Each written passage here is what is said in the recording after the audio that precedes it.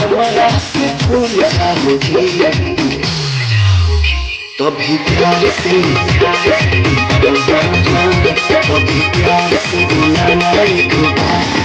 प्यार को भी भूल जाओगी कभी प्यार से बुलाना एक बार प्यार को भी भूल जाओगी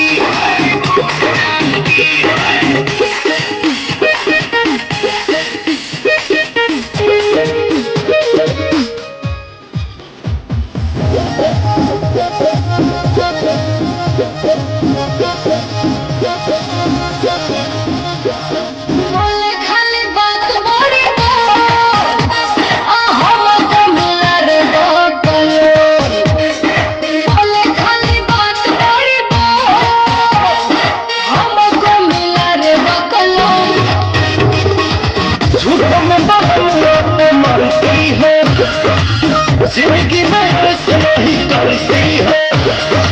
कहता है हमको कि झूल जाओगी कभी प्यार से कभी प्यार से बुलाना एक बार प्यार को भी भूल जाओगी कभी प्यार से बुलाना एक बार प्यार को भी भूल जाओगी प्यार को भी भूल जाओगी